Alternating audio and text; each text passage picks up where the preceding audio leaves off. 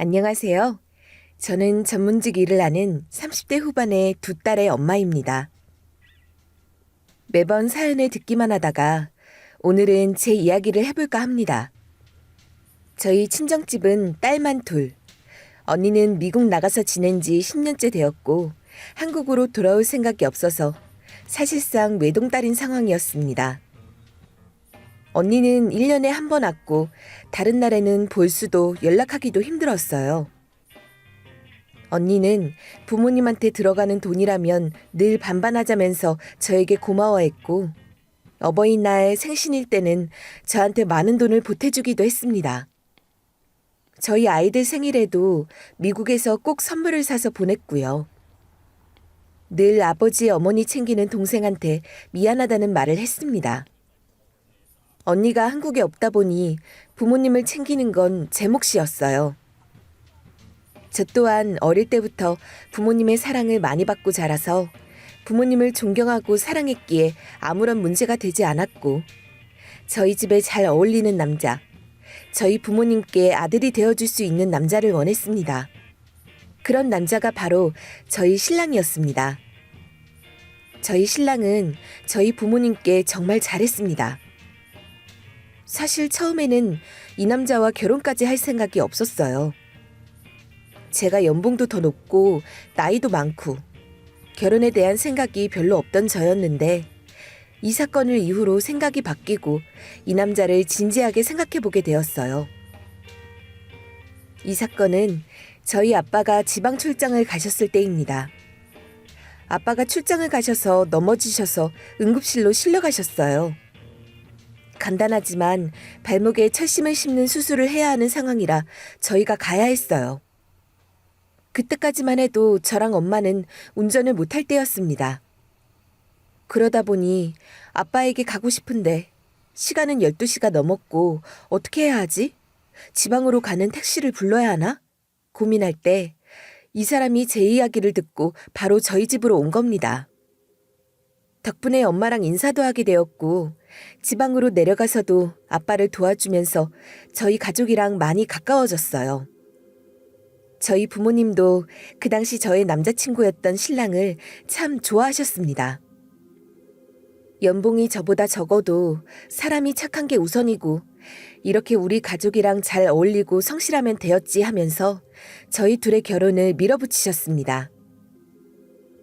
저희 신랑은 휴가 때면 저희 부모님을 모시고 여행을 갔고 늘 혼자 낚시 다니던 아빠의 심부름꾼을 자처하면서 아빠의 든든한 낚시 조력자가 되어드린다며 저에게 가족으로 받아달라고 프로포즈를 했고 제 결혼 조건 1순위였던 아빠에게 아들 같은 사이 만들어주기에 충분한 남자라 프로포즈를 받아들였습니다.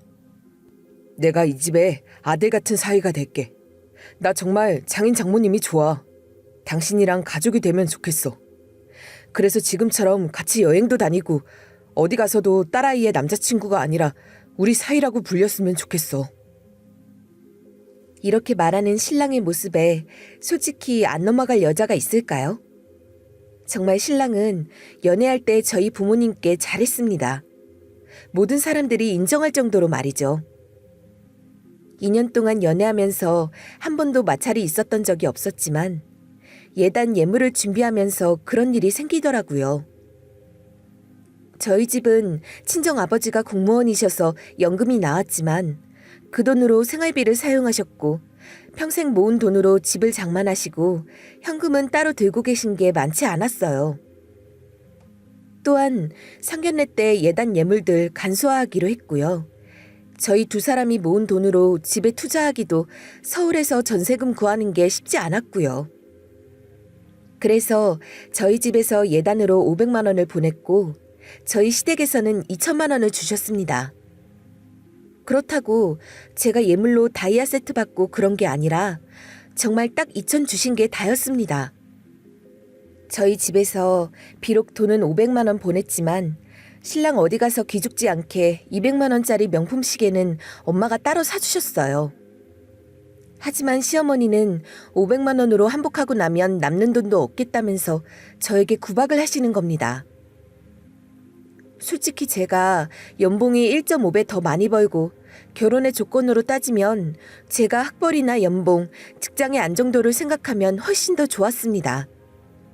그래서 조금 더 적게 들여도 된다고 생각했어요. 그리고 집을 구할 때도 신랑이 벌어놓은 돈보다 제가 가진 돈이 훨씬 많았고 그 돈만큼 집에 더 투자했기 때문에 시어머니께서도 이해하신다고 생각했어요.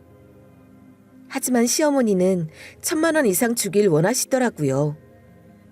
솔직하게 말씀드려서 남들은 시댁에서 전세금이라고 주시기도 한다는데 전혀 그런 것도 없으시고 예단하라고 옛날처럼 진주 세트, 다이아 세트, 루비 세트 해주시길 바란 건 아니었지만 그 흔한 3부짜리 다이아 반지 하나 받지 않고 결혼하는데 왜 저에게 1,000만 원 달라고 요구하시는지 이해가 가지 않았습니다. 전 시어머니께 말씀드렸어요. 저희가 집을 구한다고 제 돈을 거의 다 넣었어요. 그리고 오빠는 저희 엄마가 따로 명품 시계 하나 사줬고요. 어머니도 요즘 집값 아시겠지만 집 구하느라 모은 돈 다 넣어서 더 이상 못 드립니다. 아니, 요즘 한복 한 벌 사는데 100만 원이 넘는데 이 돈 가지고 이모들 한복 빌리라고 돈 주고 나면 남는 것도 없겠네. 어머니, 한 번 입고 안 입으실 건데 한복도 대여하시면 되지 않아요? 저희 어머니 아버지 두 분 다 한복 대여하세요. 엄마, 자식이라고는 저 하나뿐이라 한복 입으실 일도 없으실 건데 같이 대여해요. 저희 대여하는 곳 정말 예쁜 한복 많아요. 그래, 내가 하나밖에 없는 아들 장가 가는데 한복 하나 못 사 입어야겠니? 요즘은 다들 1,000만 원은 넣어준다고 해서 나도 그럴 줄 알았지. 솔직히 한복 핑계를 대면서 1,000만 원으로 달라 하시는 게 너무 속상했습니다. 저 또한 남들처럼 예물이 많은 것도 아니었는데 시어머니는 자신 한복이 100만 원이 넘는다 하시면서 계속 핑계를 대시는 게 기분 나빴어요. 저도 남들처럼 시어머니가 1캐럿짜리 다이아 반지를 사주거나 명품백을 사주면서 예물이라고 사주셨으면 이런 소리를 다 듣고 가만히 있었겠죠. 하지만 저 또한 실가락지 하나 받은 게 없었어요. 어머니가 주신 2,000만 원은 부모님이 저희에게 집 구하면서 인테리어도 해야 할 건데 인테리어 비용하라고 주셨습니다. 사실 집을 구하고 리모델링을 하고 싶은데 예산이 안 나와서 도배만 새로 하고 살기로 했는데 저희 부모님은 한복도 간소하게 20만 원이면 빌린다며 빌리시고 2,000만 원은 그대로 저희 신혼집 화장실 부엌 리모델링 하는데 사용하라고 주셨어요. 그러니 제가 속상할 수밖에 없었어요. 신랑 또한 이런 걸 다 알아서 시어머니를 중재에 나섰고 신랑은 다시는 저에게 예단으로 한 소리 하지 말라고 엄포를 놓았습니다. 엄마, 우리 결혼하는데 자꾸 500만 원 더 달라고 하시지 마세요. 이 사람 저보다 더 연봉도 높고 충분해요. 한복도 평소에 입지도 않으시면서 꼭 100만 원이 넘는 한복을 하셔야겠어요? 신랑이 화를 내면서 말을 하자 그제야 어머니는 저에게 500만 원 더 달라는 소리를 하지 않으셨어요. 그래서 저희는 무사히 결혼할 수 있었습니다. 하지만 시어머니는 자신이 덜 받았다 생각하시면서 결혼 후에도 같은 이야기를 꺼내셨어요. 시어머니는 신혼 때 시댁 친척분들 중 누가 결혼 얘기가 나오면 늘 이 이야기를 꺼냈습니다. 우리는 예단으로 고작 500만 원 보냈더라. 그래서 마음에 드는 한복을 사지도 못했어. 겨우 100만 원짜리 한복 한 벌 사고 고모들 이모들 상품권 하나씩 나눠주고 나니 남는 게 있어야지. 누구는 몇 천만 원 주기도 하고 명품백도 받던데. 아휴, 속상해서 정말. 시어머니가 이런 말 할 때마다 저 또한 말하고 싶었어요. 제 주변에는 시댁에서 전세금이라고 몇 억씩 주시는 분들도 한복은 사시지 않고 대여해서 입으신다고. 저희 집 할 때 돈 한 푼 보태주신 적도 없으시면서 왜 자꾸 예단 가지고 뭐라 하시냐고. 하지만 제가 이런 말하면 난리가 날 것 같아서 저는 입 다물고 참았습니다. 신혼 초이기 때문에 저도 신랑을 봐서 참고 또 참았어요. 처음에는 그 이야기가 듣기 싫었는데 얼마나 많이 들었으면 이제는 한 귀로 듣고 흘릴 만큼 저도 변하더라고요. 결혼 후 바로 아이가 생겨 아이를 낳고 계속 제 일을 하고 싶었던 저는 친정이랑 가까운 곳으로 이사를 갔습니다. 시어머니는 저희가 친정 근처로 이사 가는 것에 대해 반대를 하셨어요. 아마 신랑이 처가살이를 할까 걱정이 되셨겠죠. 하지만 이때까지 친정 부모님이랑 사이가 좋았고 저희 부모님께 잘했던 신랑은 흔쾌히 좋다고 한 이야기였습니다. 신랑도 회사에 맞벌이하는 부부가 많기 때문에 부부가 일을 하려면 양가 부모님의 도움이 필요하다는 걸 알았던 거죠. 사실 아이를 키우시는 분들은 이해하실 거예요. 이제 돌진한 아이를 어린이집에 맡기는 것도 정말 미안하고 가슴이 아프지만 아이가 어린이집 가면서 정말 많이 아프기 시작합니다. 인터넷에서 수족구가 유행해요, 장염이 유행해요 하면 우리 딸아이도 늘 걸리더라고요. 그래서 병원에 가야 하고 어린이집을 못 가는 날이면 친정에 맡겨야 했습니다. 그러다 보니 친정 옆으로 이사 갈 수밖에 없었어요. 제 일이 야근이 많은 일은 아니었지만 월말은 정말 바빠서 야근할 수밖에 없었고 신랑은 거리가 있어서 퇴근 후 오는 데만 1시간이 걸리다 보니 아이가 어린이집을 마치고 늘 친정집에 있었습니다. 그러다 보니 저희 친정 엄마가 저녁을 먹여주시고 씻겨주시고 하셨어요. 아마 제 나이 또래분들은 이해하실 거라 생각합니다. 연차 월차를 마음대로 사용할 수 있는 직장은 없으니까요. 거기에 한정적인 월차를 아이가 입원한다고 해서 5일간 낼 수도 없습니다. 하지만 아이가 어릴 때는 1년에 많게는 3번 정도는 입원을 하더라고요. 아이가 입원할 때마다 부부가 번갈아서 월차를 사용하는 것도 쉬운 일이 아니었습니다. 지금 생각해보면 아이를 키우면서 친정 엄마가 옆에 계시지 않았다면 직장을 다닐 수도 없었을 것 같아요. 그렇게 친정 엄마의 도움으로 딸 2을 낳고 키웠습니다. 두 아이가 초등학교에 입학하기 전까지 친정 부모님이 거의 키워주시다시피 했어요. 그리고 바쁜 절 대신해서 엄마는 늘 반찬을 하실 때 저희가 먹을 반찬까지 해서 주셨어요. 솔직히 너무 감사한 일이잖아요. 제가 용돈이라고 드린 거는 명절 때, 그리고 어버이날 때, 생신 때뿐이었습니다. 제가 신랑 몰래 더 드리고 싶어도 엄마는 한사코 싫다고 하시고 아이 키우면서 저 힘들다고 제 한약이나 사 먹으라고 하셨어요. 그런데 신랑은 처음에는 친정에서 밥 먹는 것도 좋아하더니 어느 순간 불편하다고 하더라고요. 처음에 신랑은 저희 부모님께서 아이들을 양육해 주시는 것에 대해 정말 감사했습니다. 다들 요즘 육아도우미 부르는데 100만 원씩 들어간다더라.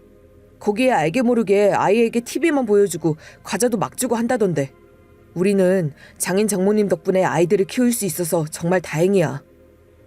하면서 저희 부모님께 잘했습니다.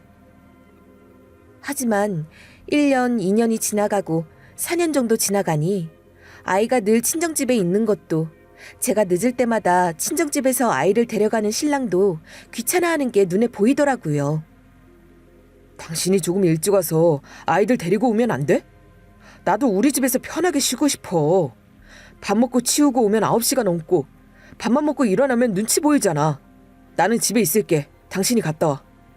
하는 겁니다. 퇴근 후 집에 와서 쉬고 싶은데 저희 친정에 들러서 아이를 데리고 오는 게 눈치 보인다고 말이죠. 하지만 제 입장에서는 사이가 가서 저녁 차리는 것도 도와줄 수 있는 거고 저희 아이들이 아직 어린데 학원 갔다가 집에 아무도 없는 곳에 있는 것보단 할머니 집에서 저녁도 먹고 오면 더 좋다고 생각했어요. 신랑이 아이들 밥을 차려줄 수도 없어요. 자기 밥도 혼자서 못 차려 먹는 사람이 저희 신랑입니다. 그러다 보니 저도 애초에 신랑에게 아이와 밥을 차려 먹는 걸 기대조차 안 했고요. 신랑도 친정에서 먹고 오는 게 더 편할 거라 생각했습니다. 그렇다고 저희 부모님이랑 사이가 안 좋은 것도 아니었어요. 이때까지는 말이죠. 솔직히 저희가 안 가면 부모님은 편하시죠. 부모님이라고 사이가 오면 편하기만 하시겠어요? 그런데 신랑은 자기 생각밖에 안 하는 것 같았습니다. 저는 부모님한테 늘 죄송했어요. 남들은 퇴직하시고 60대부터는 자기 인생을 살고 편하게 여행 다니면서 하고 싶은 취미 한다고 하는데 저희 부모님 두 분 다 저희 애들 육아하신다고 부모님의 시간은 별로 없었거든요. 하루는 언니가 전화가 와서 부모님을 미국으로 초대하고 싶다고 하는 겁니다. 이번에 언니가 이사를 해서 정원도 있고 정말 좋거든. 엄마 아빠한테 오시라고 항공권도 보내드린다고 했는데 너희 애들 봐야 한다고 못 오신다고 하더라. 엄마 아빠 일주일만 오시라고 하면 안 돼? 저는 정말 언니랑 통화하는데 너무나 죄송했어요. 생각해보면 엄마 아빠는 저희 부부가 휴가인 일주일을 제외하고는 한 번도 편하게 어디를 가실 수가 없었습니다. 미국에 사는 언니 집에 한 번쯤은 가보고 싶어 하실 텐데 더 나이가 드시면 장시간 비행기 타고 가시는 게 힘들 텐데 이번에는 보내드려야지 생각했어요. 하지만 현실은 힘들더라고요. 신랑 3일, 저 3일 월차를 사용해서 아이들을 돌보기로 했는데 신랑이 자기는 아이들을 돌볼 수 없다며 저에게 월차를 5일간 다 사용하라고 하는 겁니다. 세상 어느 직장에서 병가도 아니고 아이를 돌봄하는데 일주일 월차를 허락해 줄까요? 그리고 월차는 정말 또 필요할 때가 생길 수도 있는데 그때도 사용해야 하는데 말이죠. 시어머니한테도 부탁드릴까 생각했습니다. 하지만 저희 어머니는 딱 잘라서 한 번도 아이들을 혼자서 본 적이 없으니 못 보신다고 하시는 겁니다. 저랑 같이 있으면서 본 적은 있지만 혼자서 단 한 번도 아이를 보신 적이 없었어요. 그만큼 육아에 도움을 주시지 않았던 거죠. 그래서 저희 부모님은 결국 언니네 집에 가시지 못했습니다. 그때 정말 많이 울었어요. 언니한테도 미안했지만 부모님께 너무 죄송하더라고요. 이와 반대로 시어머니는 본인이 여행 가신다고 돈 달라고 하시고 한 달에 한 번은 시댁에 와서 밥을 같이 먹자고 하시면서 늘 외식하자고 하셨습니다. 그러면서 한우나 대게 이런 비싼 요리를 먹자고 하셨어요. 요즘 내가 너무 어지러워서 한우를 먹어야 할 것 같아. 이번 주는 한우 맛있는 집으로 알아놓으렴. 사람이 나이가 들수록 단백질을 먹어야 하는데 한우만큼 좋은 게 없지. 아휴, 나이가 드니 하루하루가 힘드네. 하시는 겁니다. 하루 종일 하시는 일이 없는데 힘들다고 하시고 철마다 먹고 싶은 건 다 드셔야 했습니다. 전어철에는 전어를 사달라, 여름에는 보양식을 해서 시댁으로 가지고 와라 하시더라고요. 시어머니는 식당에 가면 한 번도 계산하신 적도 없으셨고요. 그럴 때마다 저에게 2천만 원이나 주지 않았냐며 말씀하시는데 정말 2천만 원을 대출받아서 주고 인연을 끊고 싶다고 생각했어요. 결혼한 지 몇 년이 지났는데 아직도 예단 주신 걸 말씀하시는 게 너무 웃기지 않나요? 정말 2억을 주신 것도 아니고 2천만 원 주신 건데 그렇게 제 앞에서 생색을 내셨습니다. 신랑은 처음에는 제 편을 들어주다가 어느 순간부터 어머니가 그런 말을 해도 못 들은 척 하더라고요. 거기에 신랑은 친정에 자주 가니까 시댁에도 자주 가자고 하는 겁니다. 갈 때마다 몇십만 원씩 외식비로 사용하는 것도 싫었고 아이를 키우는데 아무런 도움도 주시지 않았으면서 저보고 아이를 이렇게 키우면 안 된다 하면서 잔소리를 하시는 소리도 듣기 싫었습니다. 거기에 집안에 아들이 있어야 아빠가 외롭지 않다면서 저보고 아들 낳으라는 잔소리까지 하시니 더 가기가 싫었어요. 솔직히 딸아이 둘 키우는 것도 정말 힘들었습니다. 그런데 저보고 아들 하나 더 낳아야지, 아빠에게는 아들이 필요하다면서 계속 이야기하시는데 아이는 누가 키우나요? 또 저희 부모님만 고생할 걸 뻔히 아는데 저는 낳고 싶은 생각이 전혀 없었습니다. 그렇다고 신랑이 육아를 도와주냐 하면 그것도 아니었어요. 집안일 조금 도와주는 거 말고는 자기 직장일로 바쁘다고 늘 육아는 모른 척했어요. 그러다 저희 엄마가 대장암이라는 병에 걸려서 수술을 하시고 일주일 후 퇴원을 하셨어요. 저는 여태까지 저희 아이들 키워주시고 저희 반찬까지 해주시고 고생하셔서 병원비 하라고 500만 원을 드렸습니다. 솔직히 요즘 등하원 도우미분을 불러도 돈 100만 원은 드려야 합니다. 그렇게 8년을 저희 엄마는 매일같이 등하원 도우미를 자처하시고 저녁 반찬까지 해주셨어요. 매년 500만 원씩 드려도 모자란다고 생각했습니다. 저는 신랑에게 이렇게 말했어요. 엄마 수술비로 500만 원 드릴 거야. 솔직히 우리 딸들 엄마가 다 키워주신 거 당신도 인정하지? 그렇다고 우리가 매달 용돈을 챙겨드리는 것도 아니고. 신랑은 아무 말도 하지 않더라고요. 그 당시 저는 신랑이 먼저 나서서 돈을 드리자고 말해주길 바랐습니다. 친정 근처에서 살면서 자주 간 거 솔직히 인정합니다. 하지만 신랑도 저희 부모님이 아이들 잘 키워주신 거 인정하고 있었어요. 그래서 먼저 병원비를 내드리자고 말할 줄 알았는데 제가 이야기를 해도 좋다는 말을 안 하더라고요. 솔직히 이때부터 속상했던 것 같아요. 옛날 같았으면 신랑이 먼저 나서서 장모님 병원비도 우리가 계산하자, 회복에 좋은 한약이라도 지어드리자, 어머니 병문 가자 했을 텐데. 신랑은 입원하는 첫날 하루 병원에 오고 바쁘다는 이유로 병실에 오지도 않았습니다. 솔직히 조금 야속하다는 생각이 들었고 서운하다는 생각도 들었어요. 시어머니가 지난번에 감기 몸살로 아프시다고 전화하니 월차 쓰고 바로 시댁으로 가던 신랑이라서 감기 몸살보다 더 큰 수술을 한 저희 엄마한테 신경을 안 쓰는 것 같아서 서운하더라고요. 저라도 시어머니보다는 친정 엄마를 더 신경 쓰기 때문에 서운한 감정을 신랑에게 표현하지는 않았어요. 제가 친정에 500만 원 드린 것을 시어머니가 어떻게 하셨는지 저에게 전화가 왔습니다. 너는 예단도 500 줬으면서 너희 부모님 병원비 하라고 500을 드리니? 너는 친정에만 너무 많은 걸 가져다 드리는 거 아니냐? 저희 엄마가 여태까지 우리 지은이랑 지혜 키워주시고 한 번도 따로 돈 받으신 적 없어요. 그리고 저희 여태까지 반찬도 엄마가 다 해서 저희 다 주셨는데 500만 원이 아니라 1000만 원은 드려야죠. 저희 시어머니는 친정에만 너무 신경 쓰고 잘한다고 대놓고 서운한 티를 팍팍 내셨습니다.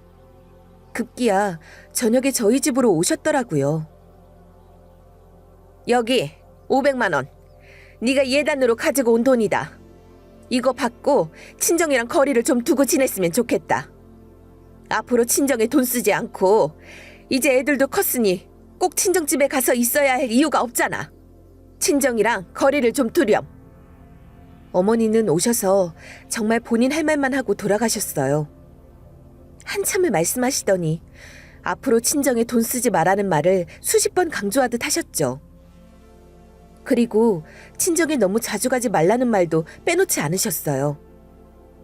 시어머니 입장에서 아들이 친정 근처에 살고 있으니 처가살이 하는 거 아니냐며 걱정하시는 건 충분히 이해했어요. 하지만 저희 친정에서는 한 번도 저희 신랑에게 무리한 부탁을 한 적이 없었거든요. 사위라고 설거지 한 번 시킨 적도 없고 오히려 사위를 귀하게 여겼죠. 그런데 시어머니는 왜 저렇게 말씀하시는 건지 알 수가 없었어요. 그러면서 갑자기 시어머니가 돈을 주시는 거예요. 저는 그 순간 너무 놀랐어요. 왜냐하면 시어머니께서는 평소에 저희에게 밥 한 끼조차 사주신 적이 없었거든요. 항상 만날 때마다 돈이 없다, 형편이 어렵다 이런 말씀만 하셨거든요. 그러신 어머니가 갑자기 이렇게 많은 돈을 주시니 어안이 벙벙할 수밖에 없었어요. 저는 그 순간 이게 무슨 일인가 싶었어요. 평소에 돈 얘기만 하시던 분이 왜 갑자기 큰 돈을 주시는 건지 솔직히 의심이 들었죠. 게다가 친정에 돈을 쓸 생각도 없었고 저도 우리 애들 챙기기 바빴기 때문에 일단 500만 원을 받긴 했어요. 시어머니가 돈을 주면서 봉투를 던지듯이 중문에 놓고 가셨거든요. 그 장면이 지금도 생생해요. 하지만 밤새 생각해보니 점점 더 이상해지더군요. 평소에 10만 원도 아까워하시던 어머니가 갑자기 500만 원을 주신다는 게 도저히 이해가 가지 않았어요. 그리고 애들 학교 입학할 때도 1만 원 한 장 주신 적 없던 시어머니가 왜 갑자기 이렇게 큰 돈을 주신 건지 생각하면 생각할수록 의심스러웠어요. 원래 하던 대로 그냥 너희가 알아서 해라 하시거나 돈 걱정하시던 분이 갑자기 왜 이러시는 걸까 싶었죠. 그때 문득 설마? 하는 생각이 들더라고요. 그래서 남편 통장을 살펴봤어요. 거기 떡하니 530만 원이 찍혀 있는 겁니다. 그리고 그 중에서 30만 원을 시어머니께 더 보내드린 내역까지 확인했죠. 그 순간 모든 게 명확해졌어요. 시어머니가 우리 돈을 받아다가 저에게 주신 거였던 거예요. 예단비니 뭐니 하시면서 그 돈을 주셨지만 그건 결국 저희 부부가 번 돈이었던 거죠. 저는 너무 어이가 없었어요. 시어머니께서 친정에 가지 말라 하시는 것도 황당했지만 우리 돈을 받아서 다시 그 돈을 주시는 걸 보고 나니 나를 무시하는 건지 아니면 우리 친정을 무시하는 건지 이해할 수가 없었어요. 게다가 제가 아이들 키우면서 시어머니께 한 번도 도움을 받은 적이 없었거든요. 보통은 며느리 친정에서 손주들 돌봐주면 시댁에서 고마워하잖아요? 빈말로라도 이번에 지혜가 아팠을 때 사돈께서 와서 고생하셨다면서 이런 말 한마디는 하셔야 하는 게 보통인데 시어머니는 그런 말은커녕 그걸 당연하게 여기는 것 같았어요.